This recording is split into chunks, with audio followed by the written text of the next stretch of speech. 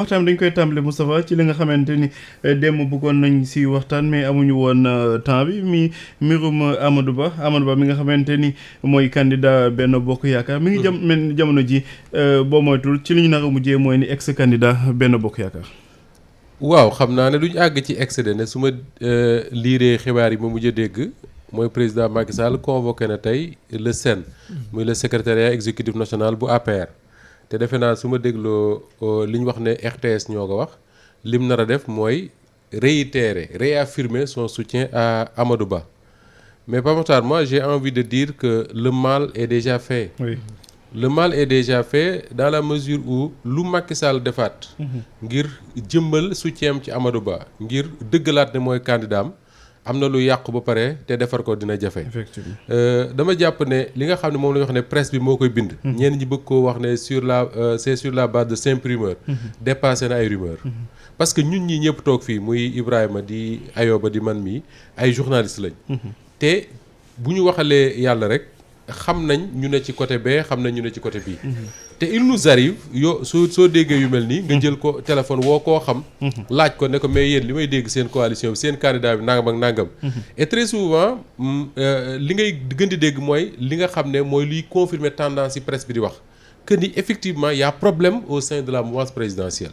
Je ne sais pas s'il y a problème entre Amadou Ba et Macky Sall parce que peut-être ñoom ñaar ñoo ko xam. mais au sein de la mouvance présidentielle mën naa waat ne am na ci ñoo xam ne de hauts responsables. Oui. Qui ont décidé de ne pas soutenir Amadou Ba. Et loolu mooy li wax ne le mal est déjà fait parce que ça donne une mauvaise image du candidat. parce que wax naa ko fii ne bu fekkee ne man dama ngemb Gris Bordeaux ne mooy sama mbër. woo waa Fass yëpp ne nañ ànd ak moom. ba pare man sama bopp wanewu ma dara lu wax ne wóolu naa Gris yi. mais waa Fass bu ñu deful nag ñu bari duñ dem làmb ja. C'est ça. Je crois que loolu moo dal waa APR. boo seetloo Pape Mokhtar. Oui. fa ñu déparé mooy jékki-jékki tànn benn candidat. am ñeneen ci biir ñu ko doon contester mais au moins ci cadre contestation la yemoon. et c'est normal ah même parti yi nga xam ne ñoo gën a am unité. yenn saa ñu tànn Ibrahima Anne Moustapha Diop taxaw ne d'accord. yooyu c'est l'être humain qui réagit comme ça. mais au fur et à mesure nit ñi di dem si l'intérêt commun taxaw dañuy booloo. mais je crois que cassure bi ngi commencé am dëgg-dëgg. oui bi waa PDS wax accusé Amadou Ba ne xam naa dinañ ci ñëwaat léegi. parce que il dit des choses extrêmement graves ñoom waa PDS. te xam naa jar na waxtaane. bi waa PDS accusé Amadou Ba ne moom moo jéem a corrompre des juges du conseil constitutionnel. boobu au lieu que l'APR le Benno def bloc autour de Amadou Ba pour le défendre. ils ont dit nañ dem assemblée nationale leeral ko. ñu teg une commission d'enquête parlementaire avec le soutien des députés de Macky Sall pour ne pas dire des députés de Benno. pour man foofu la cassure bi commencé amaat commencé woon am je me disais que bu campagne bi commencé. mbir mi commencé dawal bu ñu gisee la réalité du terrain xam ne ci ñàkk lañ jëm xëy na l'instinct de survie dina tax ñu booloo nekk ci ginnaaw Amadou Ba. mais ñi ngi ci 3 4 jours de campagne je pense. mais quand tu regardes les meetings de Amadou Ba mais tu as l'impression que ce sont des meetings d'un candidat quelconque.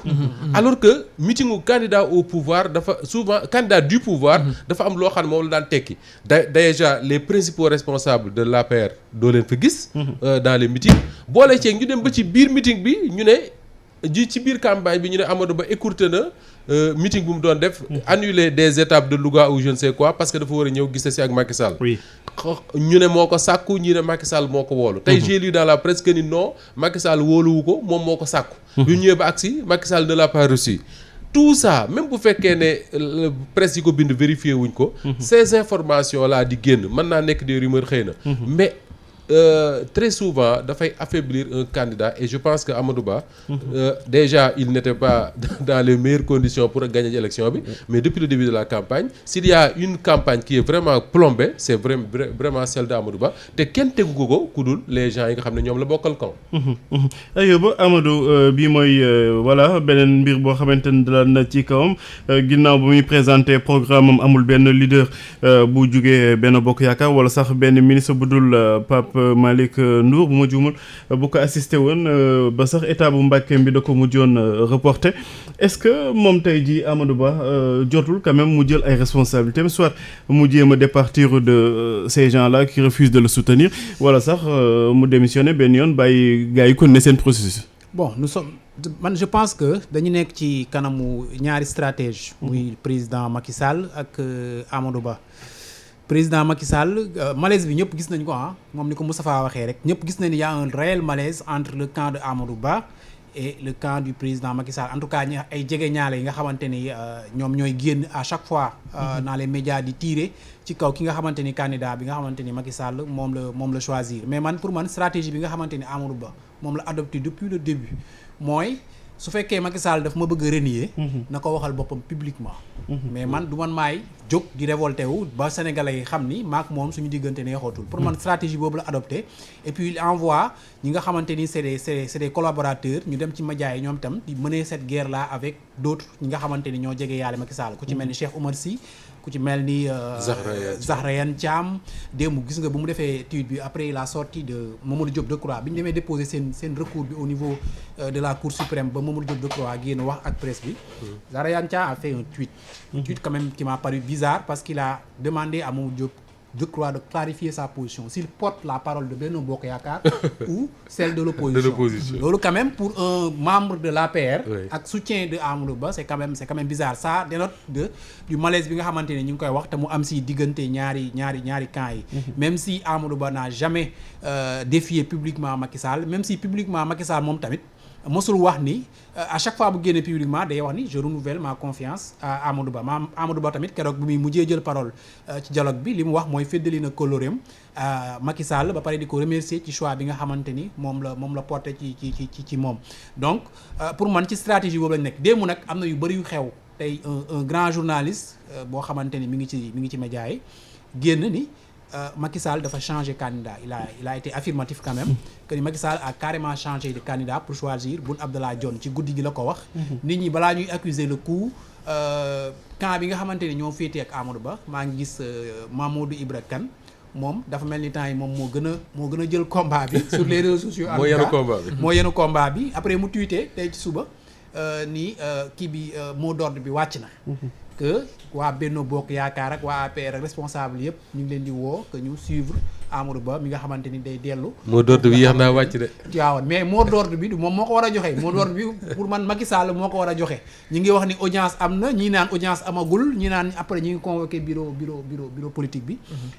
ni ñu xaar fii ngoon ba xam Macky Sall dina rappeler les troupes à l'ordre pour wax leen ñu soutenir parce que quoi qu'il en soit aussi campagne bi dem na bu yàgg te dafa mel ni nit ñi raw nañ leen bu baax ci surtout waa Pastef ñi nga xamante ni ñi ngi def ay mobilisation exceptionnelle sur le terrain. Alors Ibrahima Anne même constat bi la Amadou Ba am na sax ñu bind que plus voilà dañ ko gën a esselé moom mi nga xamante ni. il se bat seul voilà bu ma jub moom mi nga xamante ni dañ ko tànn ci saa si gars yi contesté ñenn ñi jug dem porter seen candidature ba tey jii nekk nañu candidat à l'élection présidentielle moom Amadou Ba tey jii mel ni président sax da ko sax wàññi ay dooleem ñu woon ay ñu ko jege nañu ba ñuy def remaniement ñoom ñëpp dañ jug ci gouvernement bi est-ce que quand même Amadou Ba jotul mu jël ay responsabilités. non Amadou Ba moom bi mu war a jël responsabilité dama yaakaar naan lu yàgg la. boobu nekkagul sax premier ministre Amadou Ba ci trajectoire am dafa il était directeur général des impôts et domaines. ensuite mu nekk ministre de l'économie des finances et du plan. maanaam le vrai ministère quoi. ci li ñu delloo actuellement nii. ci architecture bi. le ministère de l'économie des finances et du plan. mu dem ba à un moment donné le président Macky Sall def remaniement de créer ministère des finances et du budget. confié à quelqu'un koo xam ne vrai ou faux en tout cas on le considère comme un des ennemis jurés de Amadou Ba. mooy Abdoulaye Daouda Diallo.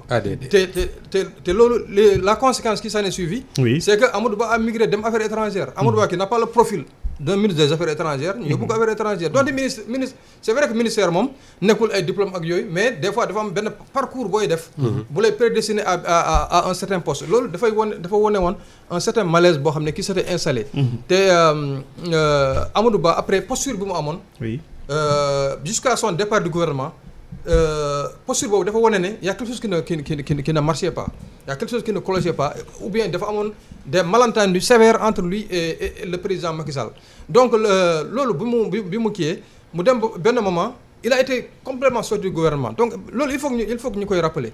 Amadou Ba a été sorti du gouvernement nekkaat simple citoyen ba législative yi mu nekk député bi mu nekkee député Amadou Ba c'est pas un député boo xam ne man en tout cas li ma jàpp je ne connais pas ce qu'il pèse réellement en termes politiques mais Amadou Ba envergure ak parcours bi mu def Amadou Ba nekkul koo xam ne dañ koy yóbbu assemblée rek muy nekk un simple député buy tàccu. Il doit être président de l'assemblée wala vice-président mais il y a eu distribution des postes Amadou Ba nekkul sax ci bureau bi il était resté simple député ba ñu xëy benn jour rek yëf yi ne kët ne jonn on a dit que Amadou Ba était nommé premier ministre. Qu'est-ce qui s'est passé entre-temps?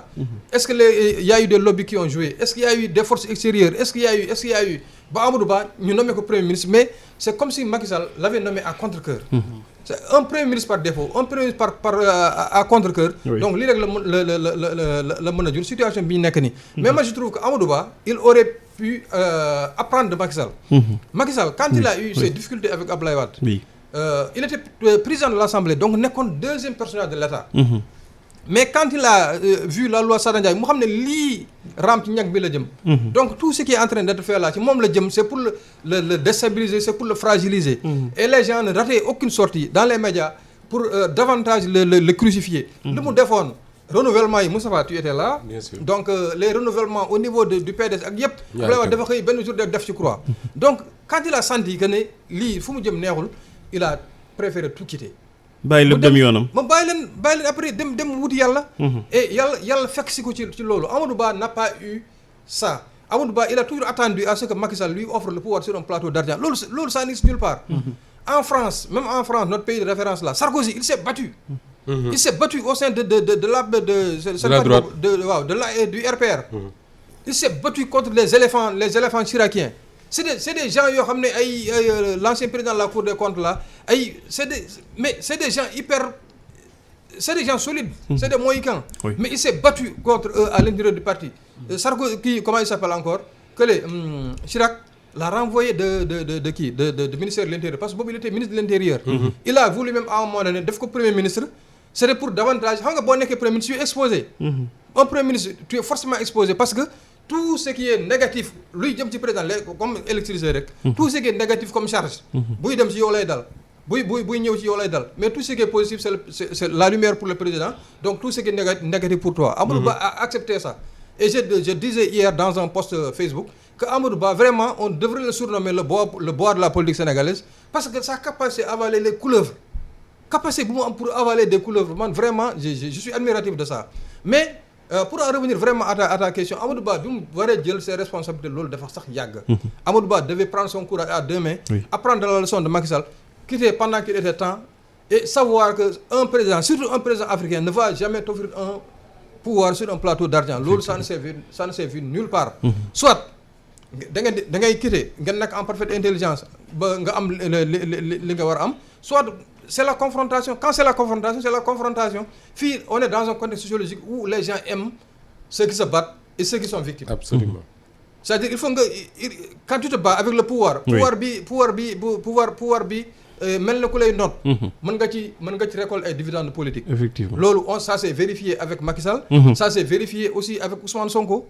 Aujourd'hui le pouvoir est en passe de passer Ousmane Sonko à la blanchisserie. Lever toutes les accusations qui pesaient contre lui. Blanchir son CV. Comment dirais-je, def nañ loi d'amnistie. Donc aujourd'hui c'est l'accusateur lui-même qui est dans la posture de dire que kii kat deful dara. Comme Abdoulaye Wade l'avait fait avec Idriss Seck en 2000 en disant que vous avez été incapable de fournir la moindre preuve de sa culpabilité. Amadou Ba donc tôt ou tard. Oui. Il faut qu'il accepte de se battre. Parce que pour un pouvoir ne se ramasse pas. Un pouvoir da nga koy foqati. D'accord. Ça c'est une chose. D'accord. L'autre chose. Oui. Mooy que moom comment dirais-je moom le premier ministre Amadou Ba. Oui. Dans la phraséologie des gars de Benno damay dégg ñuy naan Macky Sall a convoqué une réunion pour officialiser la candidature officialiser son soutien à Amadou Ba. Son soutien, oui. Officialiser aujourd'hui on est à combien de jours d'élection? 11 jours. À 11 jours d'élection Macky Sall tey lay doog officialiser comment dirais-je son soutien à Amadou Ba. Donc ça veut dire qu'il y a quelque chose. Il y a un malaise qui est là et qui est visible. Les gars, je crois, l'ont dit, Moustapha ak Ayoba, ils l'ont dit au meeting d'ouverture de Amadou Ba, oui. Mais il y avait que Pape Malick Ndour. Alors que Amadou Ba bi mu demee Fatick non. Quand Macky l'a choisi dans l'euphorie du choix, bi mu demee à Kaffrine, mais il y avait presque tout le gouvernement. pourquoi bi mu demee Kaffrine au lendemain de son choix il y avait presque tout le gouvernement. D'accord. Barke Demb. Il y D'accord. avait qu'un seul ministre et c'est le ministre de la jeunesse. D'accord. Donc j'ai vu par exemple à Mbacké ci premier rang yi j'ai vu ñi ma xàmmee j'ai vu Aliou Dia j'ai vu sëñ Abdou Lahad Mbacké Gaïndé Fatma mais